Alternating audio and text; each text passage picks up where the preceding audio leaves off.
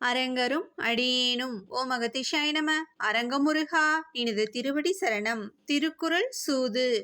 சிறுமை பல செய்து சீரழிக்கும் சூதின் வறுமை தருவதொன்று இல்.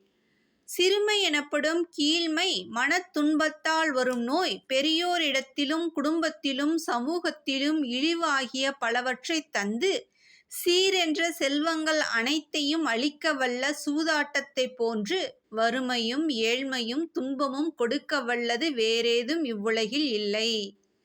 நல்வினைகளையும் நல்லினத்தையும் நீக்கி தீவினைகளையும் தீயினத்தையும் சேர்ப்பது சூது என்ற ஆறுமுகப் பெருமானே.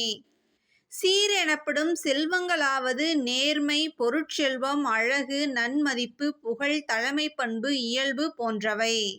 மிருகங்கள் தனது ஆகாரத்தை தேடி செல்லும் பொழுது ஆகாரம் இருக்கும் இடத்தை தன் சுவாசத்தின் மூலம் உணர்ந்து அந்த இடத்தை அணுகி ஆகாரத்தை எடுத்துக்கொள்கிறது. அதே நிலையில் செல்லும் பொழுது தன் எதிரி உள்ளது என்பதையும் தன் சுவாச நிலையில் உணர்ந்துதான் அவை தப்பிச் செல்கின்றது.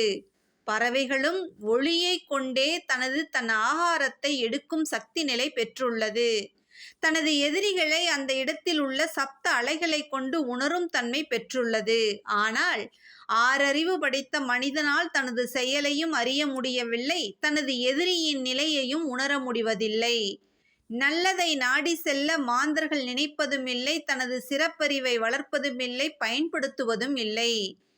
சிறப்பறிவு இருந்தால் இது நற்செயல், இது தீமையான செயல் என அவனால் உணர முடியும் அல்லவா? மனிதனை தவிர மற்ற எல்லா உயிர்களும் இறைவன் தந்த அறிவை, வாய்ப்பை, பிறப்பை நன்கு பயன்படுத்திக் கொள்கின்றது. தன்னையும் தனது செயலையும் நிலையையும் எக்காலத்தும் மாற்றிக்கொள்ளாது வாழ்கின்றது. மனிதனோ வினாடிக்கு வினாடி மாற்றம் அடைந்து கொண்டே இருக்க வேண்டும் என்று எண்ணுகின்றான். ஆனால் அந்த மாற்றமும் ஆக்கப்பூர்வமானதாக இருக்கிறதா என்பதை சிந்திப்பதில்லை. மனிதனுக்கு ஏன் இந்த சக்தி குறைகிறது எனில் மனிதனின் எண்ண அலைகள் அதிகம். அதனால் மற்றவர்களின் மனதின் ஓட்டத்தை உணர முடிவது இல்லை.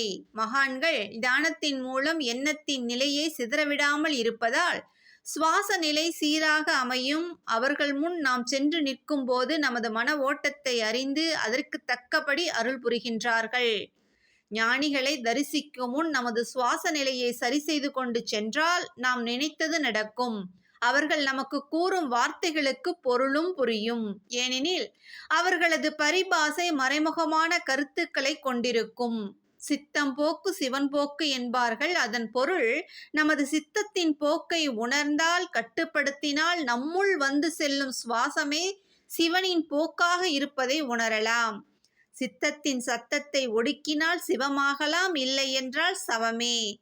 சித்தும் சத்துமாக சிவமாக ஆதி சிவனாக இருப்பதும் முருகப்பெருமானின் தர்மத்தின் ரூபமே நமது குருநாதர் ஆறுமுக அரங்கமகா தேசிகர். குருவின் அருளோடு பணிவான காலை வணக்கம்.